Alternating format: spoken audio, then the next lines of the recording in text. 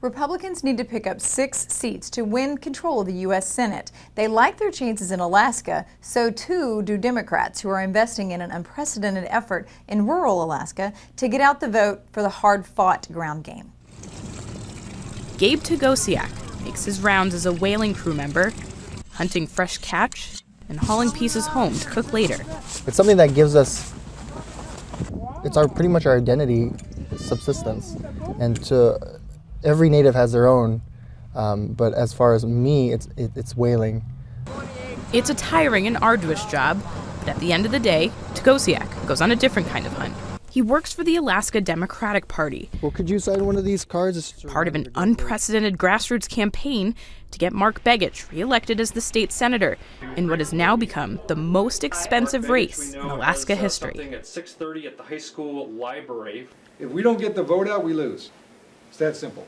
And you spend a lot of time making sure people are registered to vote, making sure they understand the importance of this vote, and then making sure we have people all throughout the villages that are working for us.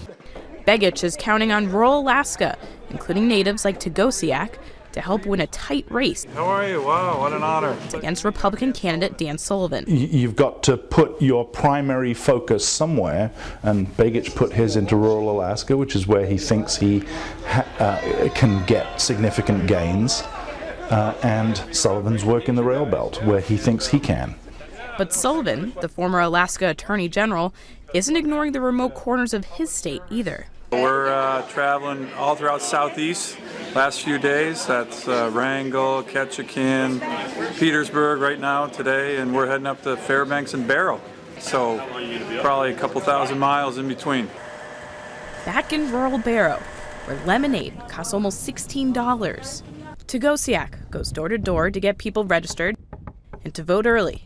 And driving them to the polls, and bringing whatever it needs to be done to meet these people who are not really politically active, but they should care about their subsistence, and they should care about, the prices at the gas and the prices at the store.